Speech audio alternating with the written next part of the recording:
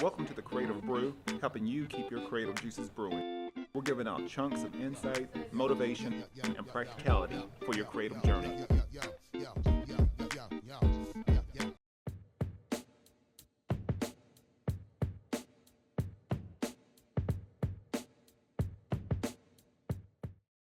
My next partner is Elevate Coffee Trading, and if you appreciate specialty coffee, enjoy outdoor adventure, and love helping elevate the lives of children around the world, then you're going to love Elevate Coffee Trading. Their mission is to extract hope through love, coffee, and adventures. There's free shipping in the United States, and every bag of coffee helps sponsor health and education for children in coffee producing countries and in areas of need in the United States. You can use promo code Elevate21 on your next order, and you can follow their journey on social media at Elevate Coffee Trading. Or you can visit online at elevatecoffeetrading.com, and let's start extracting hope together. And this episode is brought to you by Baba Coffee, smuggling good vibes. Baba roasts their coffee beans each week and only offers the freshest coffee. They have espressos, lattes, cappuccinos, pour over, or drip coffee. You can try their cold brew coffee, nitro cold brew, or bulletproof coffee, and boba milk teas. They also have a wide assortment of delicious food. I would suggest you try the avocado toast, mimosas, wine, or beer. On the weekends, you can check out some great music like the Soto Six and food like Eliza the Shelf and others over the weekend, every Friday and Saturday, beginning at 6 p.m. You can check out everything they got going on Facebook and Instagram at Baba Coffee. And welcome to a new episode of the Creative Brew, giving you insights on your creative journey. Today we have a past guest, Jay Montero. He is one of the founders of Broken Reality Comics, and like I said, he'll be sharing his obviously his comic book, the Alpha, as well as some other projects. Usually I try to keep up with everything that Broken Reality is doing, and I know they've got some releases on new titles and characters and really trying to create their own. Actually, they are creating their own unique universe, and he'll talk a little bit more about how they're doing that, and even for creators, maybe you're interested in publishing your book. It might be a cool idea of maybe aligning with Broken Reality and jumping into their universe. So, but they got a weird little way as far as how they do that and keep the characters sort of separate but connected at the same time. But I'll let Jay talk about a little bit about that. Obviously, he's a fitness fanatic too. So if you ever get a chance on Instagram, check out all of his fitness videos. So he's a monster. He's always crushing it. And I know I know he inspires me. So I gotta I gotta keep up. I'm always keeping up my fitness routine, but it's always good to see fellow creators not only creating but making sure that they have the energy required to be able to put out a lot of work. So but without further ado, past guest to the show, Jay Montero with Broken Reality Comics. Jay, how's it going? Sort of tell us, I guess, a little bit, reintroduce yourself a little bit, and then what you have going on right now. Right. I don't think I could top that intro right now. That was great. Um, Hi guys. It's great to be back. I've been saying that for a year. I wanted to come back. Finally, I got some time to be back. You know how it is. Life just sometimes Yep. takes a journey of its own. For those that are new, I'm Joel J. Montero. I'm co-founder and marketing lead of Broken Reality Comics, and I'm the creator of this guy right here, the Alpha comic. So that comic has been around since 2020. And for those who want a rough idea of what it's about a superhuman race that live in the modern world. They're called adaptables.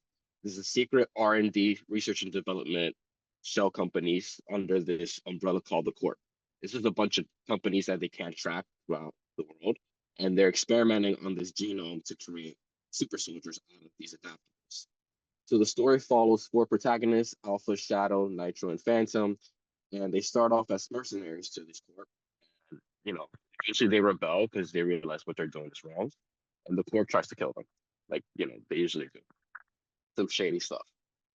Story picks up 4 years later, and everyone's in their own, doing their own thing, and Alpha's trying to like make this promise that he's not gonna get involved. He's not using his powers until a particular circumstance from his past comes in, without spoiling it.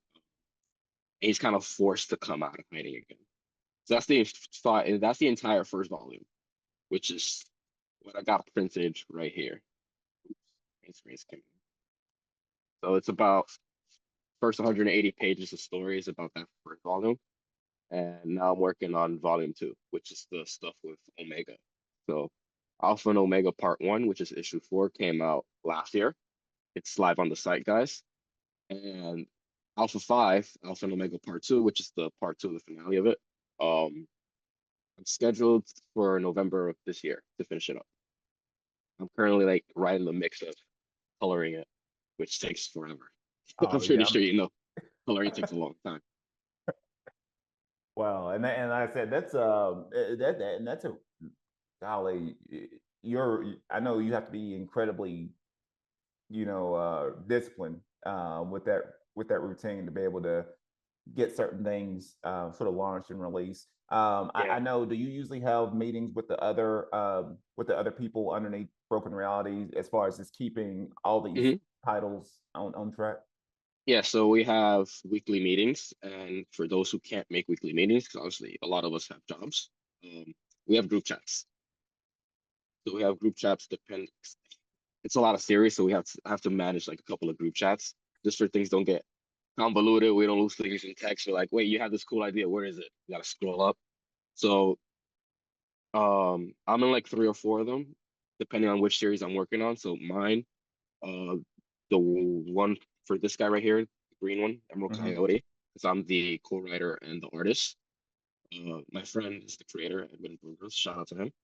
And the blue guy right here, which is the crossover comic we're gonna do, Alpha versus Saint, which Saint Josh JRG Comics is a massive publisher in Canada.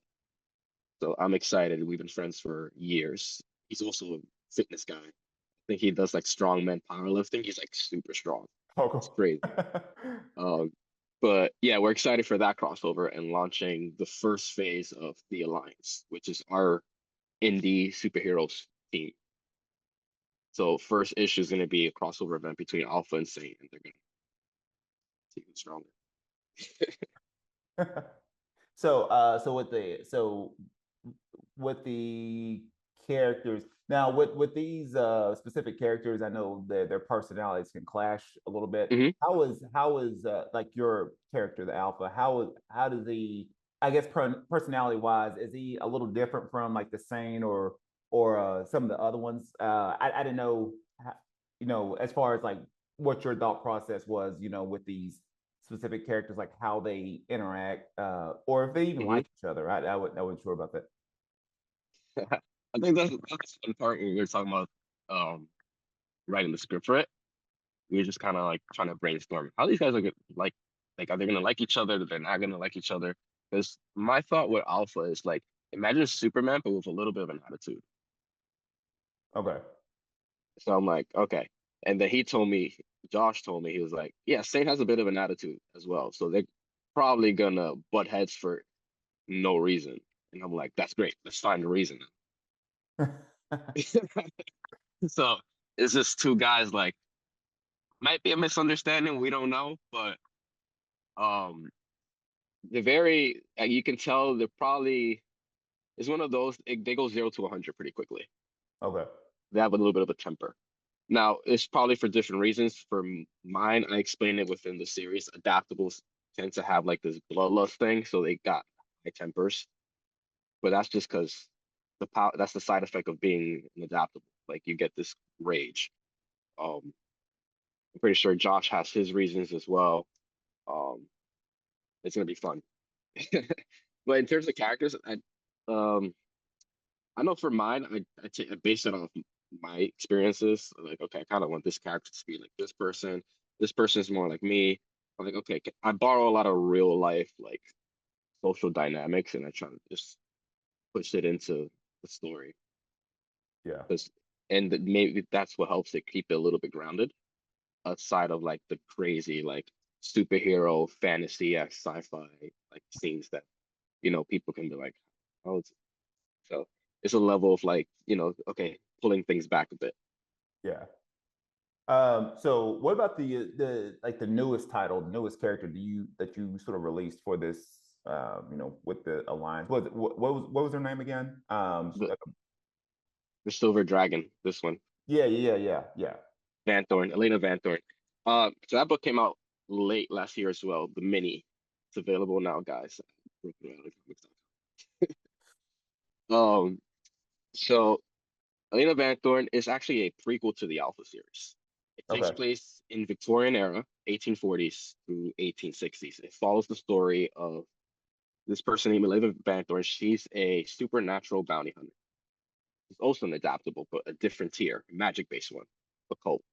So she comes from this occult of bounty hunters called the Van Thorns. They existed for thousands of years, and they basically keep the realm of creation, which is just our fancy word of saying Earth, um, balanced from any supernatural entities trying to come in from another dimension, from hell, from whatever.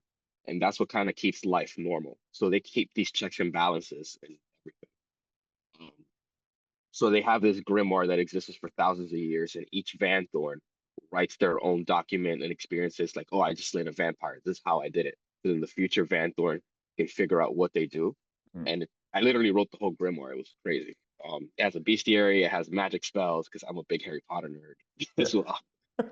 So I literally even had to learn a little bit of Latin just to say it. Like it sounds cool. Oh Um, wow. but the story takes a dark turn in the first issue because what happens is Cillian, who's the first adaptable, he's basically the god of all adaptables in the Alpha series. Um, Same villain as the Alpha, kills the family, kills the Vanthor family, because they have this one artifact that can pretty much kill him. And he's like, I don't want it. You guys need to go.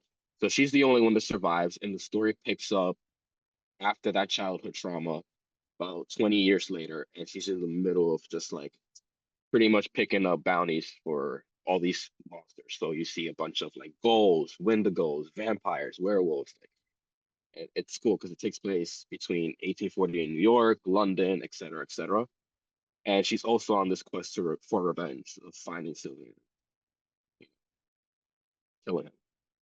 Huh. But it's cool because the gimmick with the Van Thorns is they're not as powerful as let's say Alpha or the rest of the adaptables. They're still pretty strong. Like let's say Captain America strength. But the gimmick is they're immune to anything magic, Oh wow. That's which is cool. why they're the perfect bounty hunters for like monsters, because pretty or witches because they literally can't do anything. Yeah. They're the ultimate apex predators in that room. That's cool. That's a cool spin. That's cool spin. So with the so you got Van Thorn. So with the Alpha versus Omega series, that'll be the volume two. Um, Hmm. it is. Do you consider that character the Omega is he magic based or is he? I wasn't sure what without giving out like too many Oh, spoilers. I got you. So Omega is the first what we call M tier, mutated. So when the adaptable gene goes wrong, um, in the when they get the enhancer serums, he basically becomes a bloodthirsty monster. So he was human at one point, and then he's just slowly becoming more and more of this abomination, which is what I'm based it on. So Abomination, Doomsday, Solomon Grundy. Um, so little spoiler. Project Omega was the first adaptable that the R&D shell company tried to enhance using the serums before Alpha. That's the spoiler. Everyone thought it was Alpha first within the universe, but it was actually Omega. But it went horribly wrong. They put him in a cryo chamber, and then 10 years later, he busted out, which is issue 4. And then it's pretty much indestructible. He has regenerative limbs. That's his powers. So imagine this um, buff abomination looking thing, but you can't kill it. He does have a weakness, which I explained in issue 5, but you pretty much can't even cut off his head. It's like Deadpool. Oh wow. It's crazy. Huh. Wow, that's gonna be an interesting little take. I know as far as and then even with and I know you're only showing like these five characters, but how is with this you have these characters as like almost like say if someone comes into the broken reality universe, like Hmm. everyone has their own little separate. sort of universe, even though they're sort of interconnected in different ways. Um, do you feel like with that, do you feel like it gives creators a little bit more flexibility to sort of, create their own story without, messing up maybe the overall arc or the continuity within like a universe like this? Yeah, absolutely, 100%. The best way we thought about it is like imagine a bunch of you ever seen a nerve cell Hmm. and they all like connect within each other, but they also do their own thing. That's kind of like how we picture the universe. So the main universe is the big bubble in the center, which has the majority of the characters. So that one, it's a little bit different because we kind of have to play ball within each other because we share the exact same world. But if you're a creator, you want to get in and you want to do your own thing, you literally have like another universe, and we can connect whenever we want, but the stories directly don't conflict each other because it's a multiverse. But it's also in the same universe. It's a bit trippy to grasp it. I'm working on a graph for it to show on Instagram eventually. Um, but think of like these two nerve cells. There's one here, there's one here, and they're linked. There's something there, which is why Alpha and Sync can cross over. That's going to be the first time we're going to really explain this dynamic of the multiverse, um, which we call the Beyond. And you can see how there's parallels because Saint is a character based in New York as well, but in a different universe. Oh, So okay. that's kind of what's going to happen. He's going to kind of like mistake, like, I'm in this one, but it's slightly off. What's going on? And he realized, okay, the powerhouse character in this universe is Alpha. He's like, so it's going to be this whole convoluted thing of like there's these patterns that exist in each universe, and that also is our way to saying if we have similar characters as creators, okay, this the way it kind of makes sense. You have a vigilante, we have a vigilante. You have a superhero, we have a superhero. We have a fantasy character, this is a fantasy character. Mhm. It keeps things fresh. It keeps them um like linked together. There's a Yeah. reason how to do it, but it also gives them the freedom to do whatever they want because it doesn't affect us, and we can do whatever we want because it doesn't affect them. So I feel like it's almost the perfect like synchrony, Yeah. unless we do a crisis event. Yeah. We don't have anything planned for that yet. So how many so right now how many of these characters or universes do you have within the uh broken reality universe? I mean, I know I've seen like a graph maybe a while back, but I didn't know how many actual universes you have right now sort of commingling with each other. So we have the universe, we have the After Realm, which is the Saint universe. Um, we have the Toku universe, which is where the Super Dragonfly Sentinels are at. We have the one where Ricky's at. I think it's the Dark Realm. I forgot the name of it. So he has his universe, and we got a couple of others. The Echo universe, the universe as well. There's about like 5 or 6 right now, Okay. All right. and each of them have like 2 or 3 series. Ours has the most. We have 9 on our universe. It's a bit crowded, Yeah. but we have like about 5, 6 universes right now, and it's still growing because we're talking to a lot of creators and we're just like fine tuning ideas, making sure everything you know fits perfect. That's cool. That's cool. So I know I know both of us are fellow graphic designers. I know generally anytime I create something, I'm always thinking of like just hey, how can I, merchandise this or how can I sort of extend the brand or the IP in various ways. Yes. What's been ways for you, and maybe some things, especially for my listeners, that's either wanting to get into comic books or maybe they have some kind of character property. What's been the sort of the best way for you to maybe extend out your IP? Definitely what you were saying with merch. Outside of books, I like getting pins done, which is why we're building this collection right here. Mhm. Now, there's a reason why these characters don't have phases, because the main character, our Thanos, our dark side of the universe, is this guy named Aaron. He's basically an entity that doesn't have a face, and he steals all the faces of all the entities, and like they circle around them, so he gets their powers. So it's like a little gimmick that we're doing with the pins, which is what we're doing here. I sold a couple of them in my recent Comic Con, but we're trying to build a whole collection of metallic pins.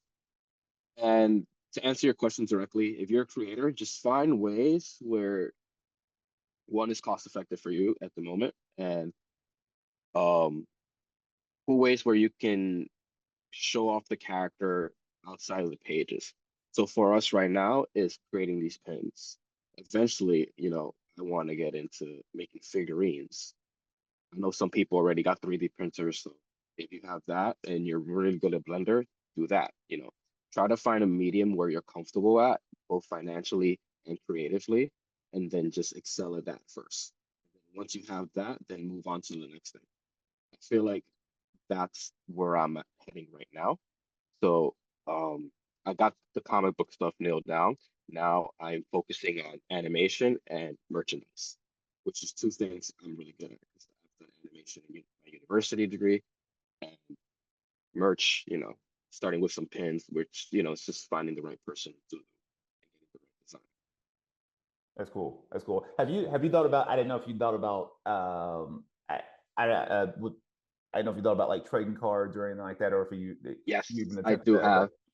Now that you say it, right Yeah. here. There we go. We got an alpha one, we got a shadow one, which is the girl. Um, I have an Omega one coming in soon. This is the shadow. And this is That's good. so yeah, I do like trading cards a lot. I'm trying to build that collection. Nice. Um, that's the next thing too. I gotta try to build up the trading card collection. They're made from this guy. Uh, that's in my printer in Michigan as well. And the Mhm. drawer, the guy who draws it, is this guy named Jack. He does amazing artwork. I got to get more of them done, where I can Awesome. keep the consistency of the style. Yeah. That's cool. That's cool. Right now, I mean, I know exercise and health sort of plays a really big role into everything that you do. Hmm. How is that even as a creator? And I sort of urge anybody that's in the creative field to get some kind of exercise routine. Yeah, I don't care if it's walking. Ideally, for me, I would rather you get into the gym, get some weights in, some hit training, like whatever you got to do. yeah. I know for me personally, it's been incredible just for my energy level and my stress level too. But what would you recommend as far as for like creators that that maybe they have the like the workload that you have, or maybe just any kind of creator, and they're trying to better their their health and wellness. Was is there anything that is there things that you would suggest, or how has wellness and exercise helped you out? So hmm, it does help me out in many ways. As you can see, being in the creative field is very stressful. Full-time graphic designer, full-time comic book creator. Well, it's very hard to manage a lot of those things. But the biggest tip I can do is you have to build a schedule. Um, Even start the night before planning out your day. And I feel like that's the biggest takeaway that pretty much just catapulted me up, like physically and mentally, and emotionally, and like, you know, literally with the professional field. Is starting off the night before planning out your day. Because when you start off in the morning, what I've realized is you have to think a lot. And that creates a lot of decision fatigue, which is for those who guys don't know what that is it's a trait where the more decisions you make throughout the day, you're gonna be very tired and overwhelmed midday. So if you can minimize the way where you have to think, like because you have everything planned out, so what you're gonna eat for lunch, so meal prepping, both financially and health wise and time wise, you already know what you're gonna eat. It's there, boom. It's about managing your time and finding the right schedule. So if you're scheduled to go to the gym, it's 3 days a week, do that, stick to that. Don't do more, don't do less. What I find is a lot of people go 100% the first day and then they got nothing the next day. No, just try to keep it 50, 60, 70. Keep it there because what matters is the consistency of effort rather than the intensity of the effort. It's just Yeah, I like doing the small things every day and then build your schedule around that. If you do five like me, do five. If you do three, do three. If you do two, do two. But just try to keep it consistent until you can build up the foundation and then keep growing from there. Because it's about keeping it consistent rather than you trying to show yourself or show to somebody, yeah, I can do this 100% because look, and then you're gassed out by the end of the week. yeah. So I'm I've pretty seen sure that. you've I've seen seen that that a lot. firsthand. Yeah, they get into that gym and they're gung ho, they're at it, and then Yeah, they're done. And I'm like, look, you just gotta take your time with it, like build up. You I'm pretty know, sure you've seen that with like open mats and things, jiu-jitsu yeah, guys, yep. wrestling guys, the I new see it. guys I see it all the especially. time. There's a lot of people like they come in there and they go really hard. I try. I usually generally I tell them, hey, look, like, hey, calm down, chill out. I don't even go. I probably go maybe 70% a lot. Hmm. Um, generally, unless I get in like competition mode, I may up it a little bit. Yeah. But a lot of times I'm looking for like longevity, so I don't really go like 100%. I'm not going in there to like beat up people. I just want to get a workout in and like make sure everyone is injury free, and Yeah. we're good to go. Like everybody's got jobs and things to do. I was like, I don't want to come in there and just like thrash everyone. Yeah, Uh, like if it's not competitive, then yeah, you're not doing it for a competitive professional level, then there's no point of just going 1,000% and just trying to like kill yourself in like the first day, practically. yeah, yeah, and I think definitely the consistency. I think that could be the biggest thing. But I do urge that for a lot of my creators, like figure out some kind of health plan because I have noticed recently there's been a lot of people in the creative field, succumbing to heart attacks, just health related issues, and Yeah.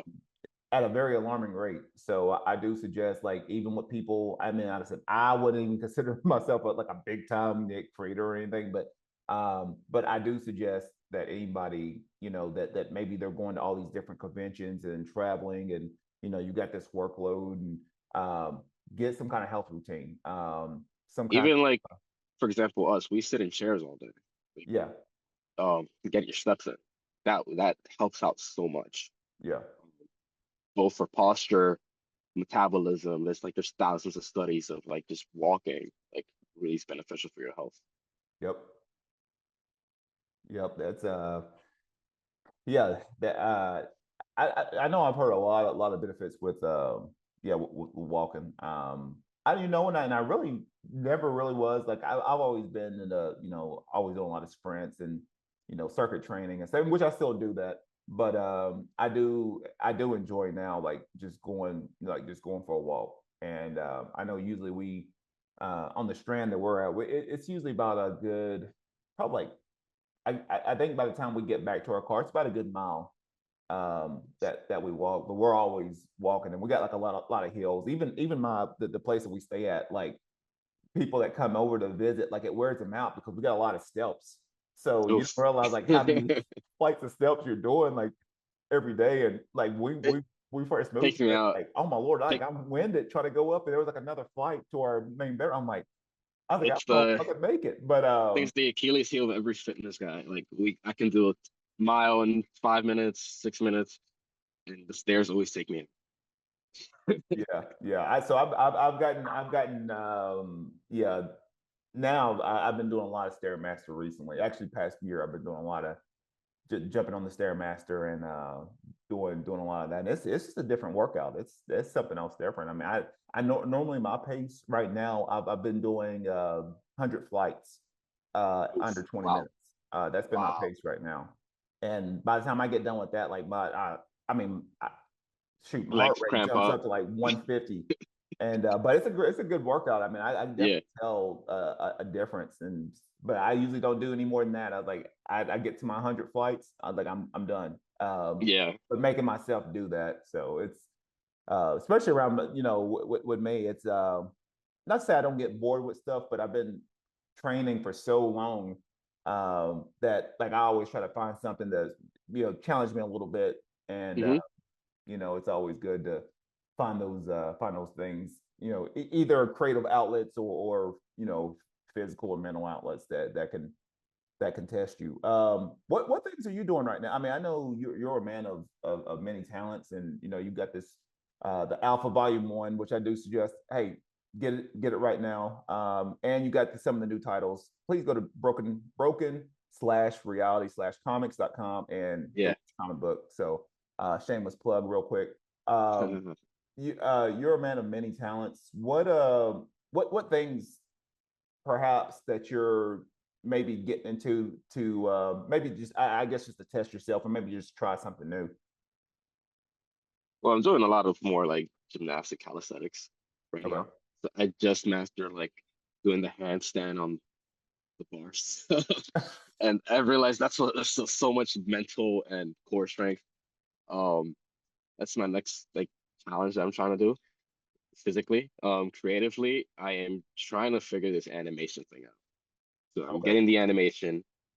It's coming out pretty good, but now I'm learning a lot of film aspects. So I've been interacting with a lot of film creators and taking over tips. So now I'm learning cinematography.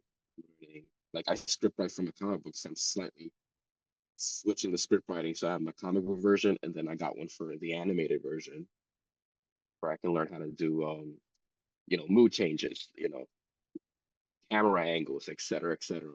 Hmm. Voice acting. So I'm starting to learn how to do that right now. Audio, like there's so much stuff I'm learning now in the editing phase of everything just to get this thing launched. And it's a really fun challenge because it's very new to me, but I'm just soaking it all in like a sponge, which is Yeah, that's cool. That's cool. Yeah, definitely.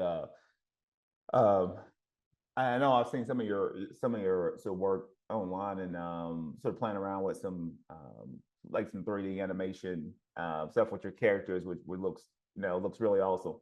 great. Yeah, Um, I know probably won't be I 3D. I'll do 2D. yeah. 3D is hard. I mean, I know I've been experimenting a little bit with AI and seeing Yeah. what it's doing with my characters. I don't necessarily want to use AI to like just create characters, but how do I infuse it within the my actual artwork to get it to maybe to do some different things or maybe some small little animations. I know I've been experimenting with that a lot. I still feel like it's got some a ways to go. I Well, think yeah. if I did do an animation, I would want a animation or animator to actually like do the creation for it. Yeah. I think it still has a long way to go with just I think in a lot of aspects, but like even I feel like even the human touch, like I mean, like when you see a person like creating an animation for a cartoon or for a movie or what, Hmm. I don't know, like I don't know, you can always like sort of feel like the work and energy required to create that piece. It could be like a 3 second, movement or whatever, but like the time and effort it took, I mean, it's just like one of those where um I don't know, It's I funny guess you say that. you can't mimic that. I was having the exact conversation like I think a few weeks ago about Hmm. that, and I had the exact same reason you said. I know AI is a taboo subject, but still ways to go. And you can kind of the reason why they all kind of look the same is that human element's not there, like the style. AI is very good at replicating things, but they don't know the idea of stop. Like, so, and that's something that we know creatively. Okay, this is where it looks good. I'll stop here. It doesn't do that. It's very good at copying. Hmm. Um, and that's why they all kind of look the same. So the personality and the style and the grit that you can tell when someone like, for example, that does an animation firsthand, like you said, like you can kind of tell like it was effort put into it. And the perfect analogy I could think of is like, you ever seen the new Mission Impossible Yeah. movie? So you know how it's practical stunts, right? And you see it like he's hanging out of a plane and your heart's beating a little faster because you know it's a real stunt. I guarantee if that was CGI, we probably wouldn't feel the same. Yeah. So it's that human element that's there in your face. And I feel like that translates into artwork very well. And AI is still ways to go, I think, in terms of getting that human emotion out of people. Yeah. But in terms of using it, I say use it for promo. It's good. Like they do it a lot with the TikToks with the voices over, um, little animation clips here and there to help promote the product. I think it's a nice way to use it. I think where obviously you'll get taboo is when people try to like merchandise it. Um, but it's very good for marketing because all the big guys are doing it. Marvel's doing it, DC's doing it. Yeah. They're all doing it. So like if you want to make an ad or a commercial for your whatever you trying to do creatively, yeah, like it's cost effective. You know, you can keep pushing it out there because the important thing is pushing your creative thing out there. Um, and you know, in a saturated market that it is in this world right now, where like the attention span of the average user is like a second, Yeah. so we can use all the help we can have creatively. Now it's just about using it responsibly, using it as a way where we've seen before where people get pretty much exposed for just lying to something. Yeah. Yeah. That's gonna be I think it's gonna be a little tricky subject for a while because I Yeah, know even in the design field, you do have people starting to, create, you know, artwork, from AI, not even logos. Yeah, yeah, and it's one of those where like it, not to say it didn't necessarily make me mad, but I don't think it gets me pretty people, upset. yeah, I don't people truly understand like the process it takes to actually create a visual identity. Yeah, And not to say I don't think I don't think they're really going to care. I mean, I think for the most part, clients they want to see results. They don't necessarily want to see the process. They want to see the results from it. But I think it's one of those where like, when you can tell right off the bat, like someone, put in something for, create a Chat logo GPT or and that logo is the yeah, Chat GPT logo. Yeah, as opposed to like someone really putting the thought and effort into like creating a design or identity and like the yeah, thought process behind that, and their own take on it. Like I said, we could create two identities from maybe the same brief and have two different solutions.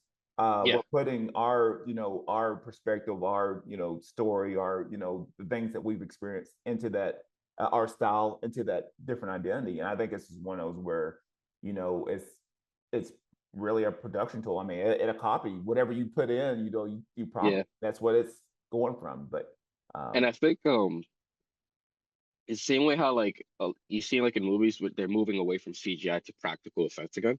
I mm, think there's gonna be that phase where it's obviously gonna happen. A lot of people are gonna switch to the AI, but then what's gonna happen? I think a lot of the stuff is gonna start to look the same. So it might just rubber band effect, switch right back. Because I'm pretty sure you've seen all those Chat GPT logos. It's like they kind of all look exactly the same. It's just different colors, different words. yeah, Um, and like you were saying, the story is not there. And that's the most important part when you're building a brand visual identity. And that kind of separates the clients too, like from the person who just wants a logo and the person who wants to actually create a company, like with identity. mhm, So, it's obviously it's taking a hit in every field, but I feel like you're still always gonna find the people who prefer, the thought out process of creating a whole visual identity, having the consistency of the logo with the product, with the thought process, with the philosophy of whatever they're trying to do, rather than just like slap a logo on it. yeah. Yep. Yeah, yeah, I agree on that. I agree on that. That's something that, yeah, definitely for listeners or maybe people that's interested in possibly, getting a visual identity or creating a brand for their business. Um, Go with a person, like work with a Yeah, person. Don't. I'm just gonna. they'll probably we're really good at understanding like people's thought processes. Sometimes you get a logo, but it might not be even related to what you're trying to do. So it might give off the wrong impression. Yeah. It's very important when people see the logo of something, and because the first like instinct you're like, okay, this kind of looks like whatever.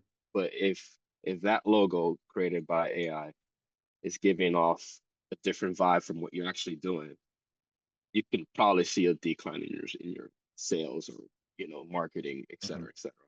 That's why it's a very thought out process of like how things go.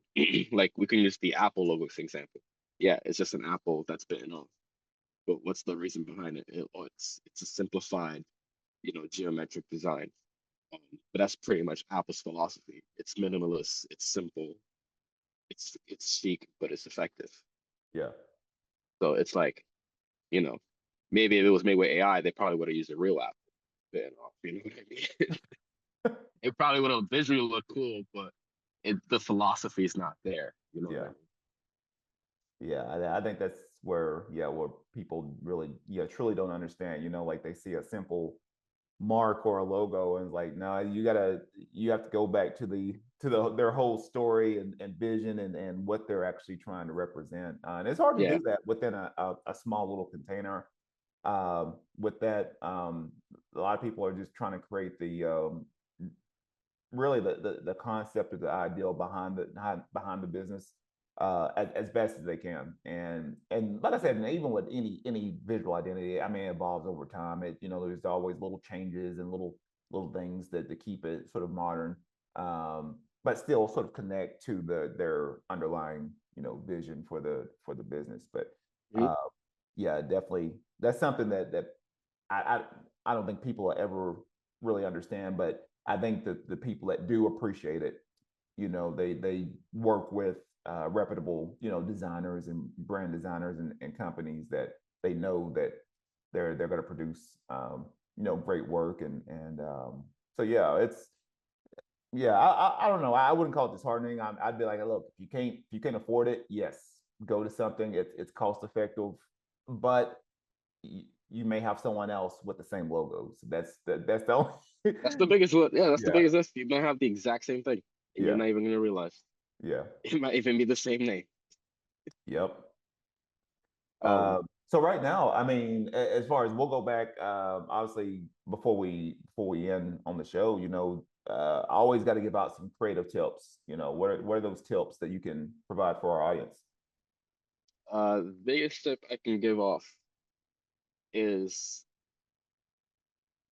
I feel like I'm gonna say the same one as I always say. It's like enjoying the journey of where you've been.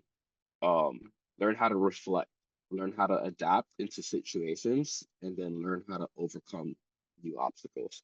Now, what do I mean by that? A lot of the times we're very tunnel vision into seeking our goal, and that might, dishearten us in many different ways. So learning how to really experience every part of the step of whatever you're trying to do.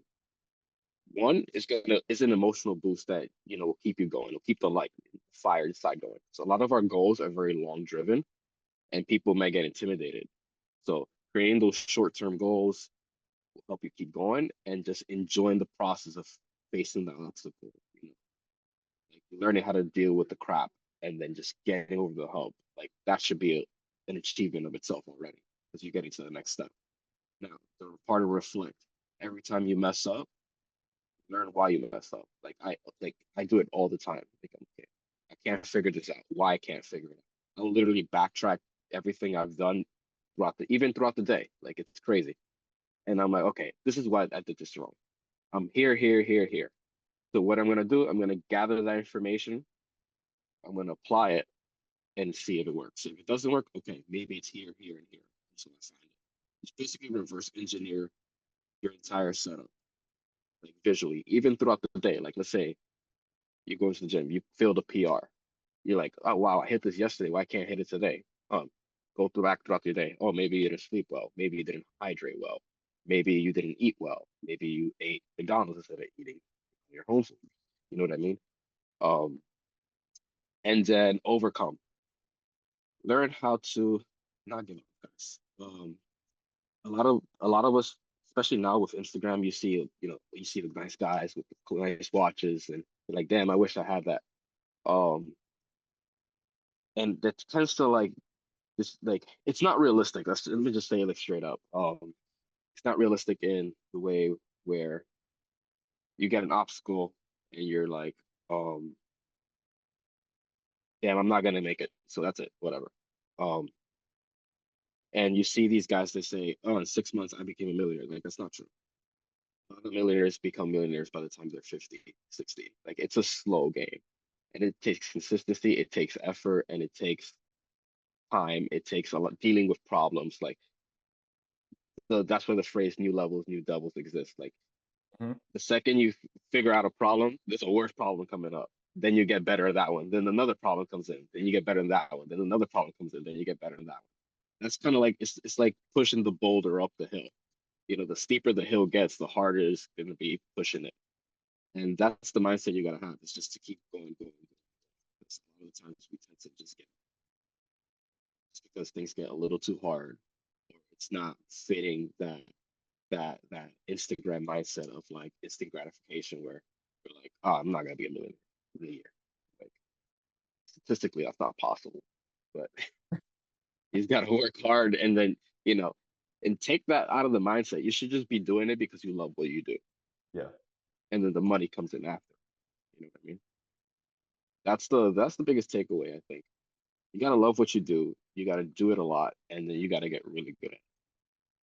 Yeah, I like that. That's yeah, definitely for my for my young crowd, being consistent and learning how to really deal with the suck until you master it. I mean, it's just one of those where like, yeah, a lot of people are looking for, hey, I want this right now, and that is not going to happen. And you might not even Yeah, be ready for that. It might be a situation where a great opportunity does happen. You might not even be prepared for that. yeah. So like, you might as well like be consistent. Stay in gratitude of where you're at right now. Understand the process. Go do that quest, and then you'll get to where you need to go. And I feel like the rough times, the part we gotta eat crap sometimes. It's the biggest learning lessons. So when that opportunity comes in, you know how to not screw it Yeah. up.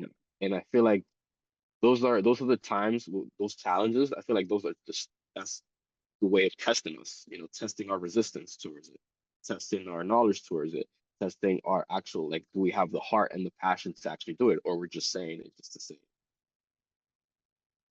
Yeah, that's great. That's great. Yeah. Before we end, what you got to share some words of wisdom. So I do that for all my guests. Before we sign off, what are those words of wisdom that you can share with our audience?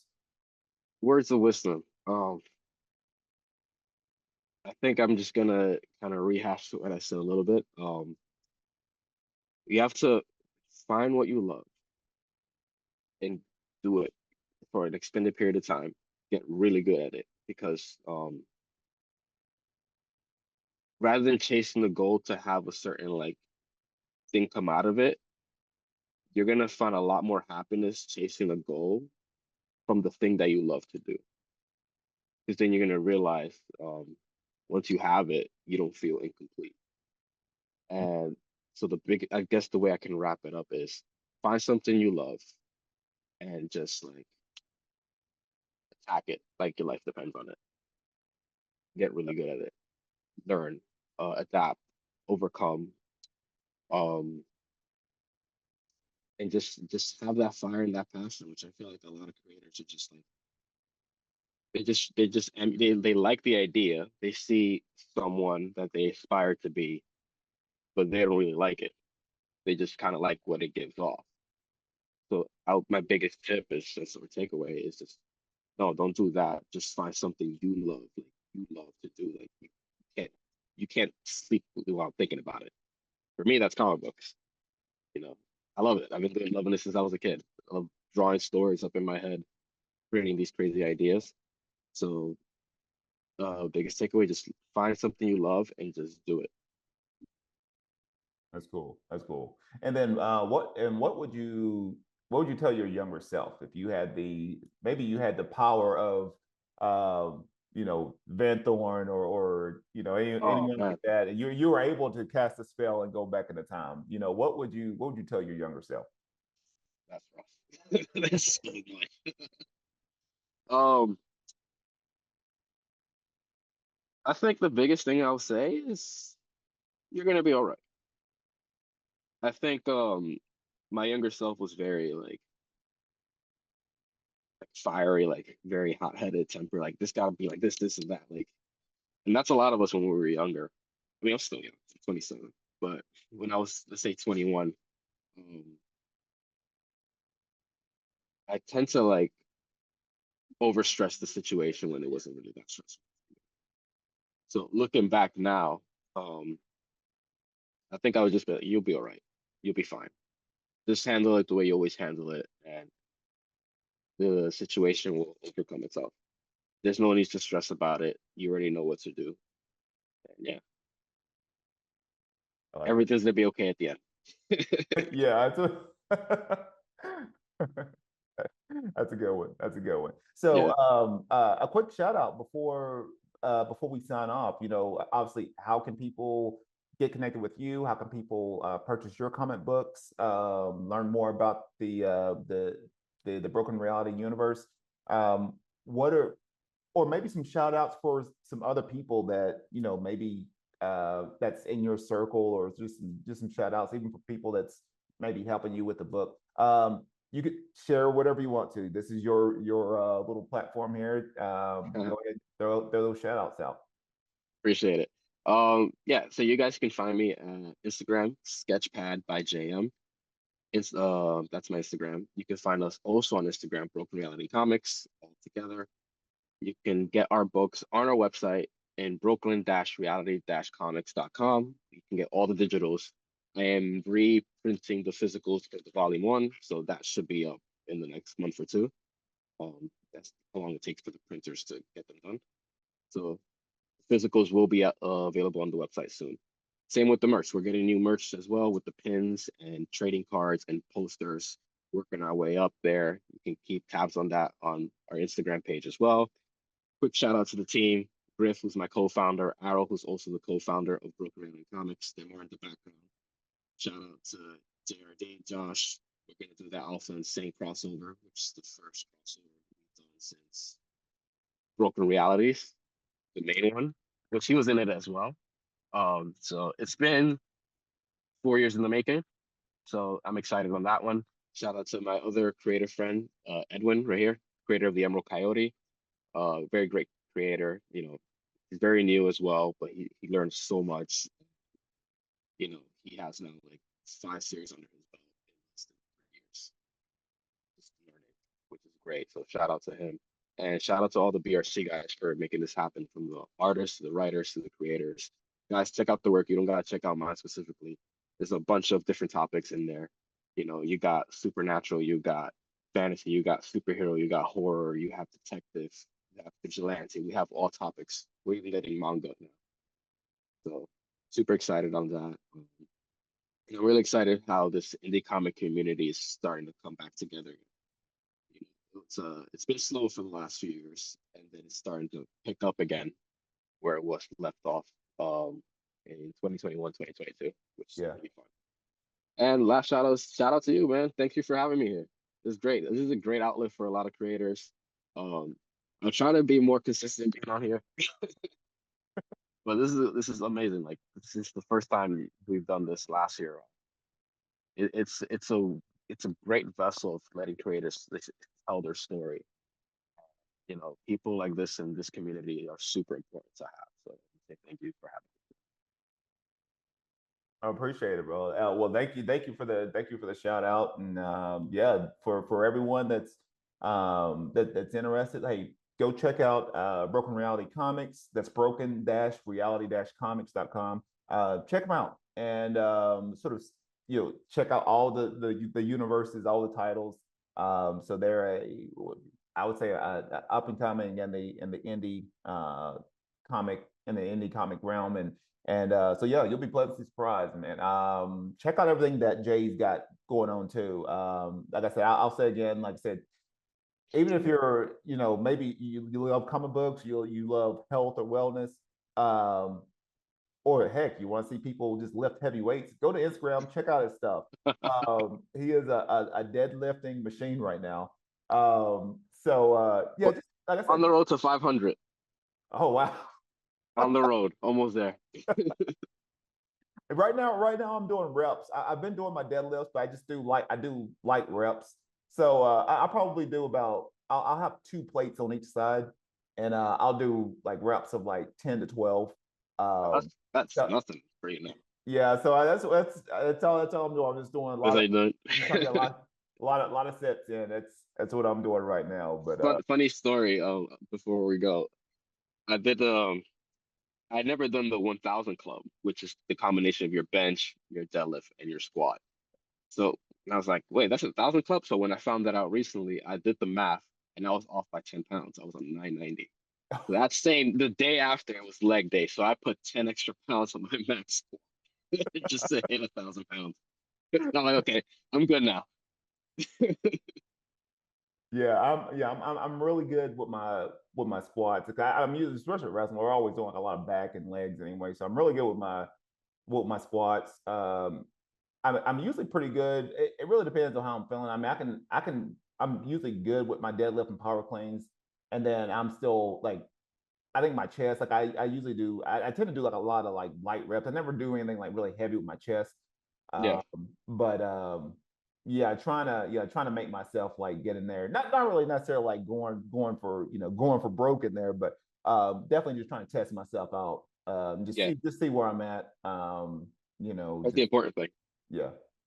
But yeah, man, it's uh keep up with the journey, man. I'm always watching. I'm always watching. Same here. So great. Like I said, thanks for having you on. And then also quick shout out also to my sponsors, Baba Coffee, Elevate Coffee Trading, and then Studio Ace Arts. And then also too, Escondido Arts Partnership. So I've been actually been connected with them. I actually just got nominated to be on their board. So it's a arts Nice. organization. Congratulations. Thank you. Here in the North County area. So helping to promote arts in the area from all over. But so yeah, I just want to give a quick little shout out to those organizations and those coffee shops that help keep the creative brew going. So other than that, this has been another great episode with my boy Jay, with me, your host Quantel, and this is the Creative Brew. Be creative, stay inspired. All I know is hard work, really nothing else. I resort to smoking weed, yo, cause nothing helps. Called to hold me up, told them loot to sample up. We gotta come together now, cause I had enough. The time is now, there'll never be another one. It's a SOUNDCLOUD.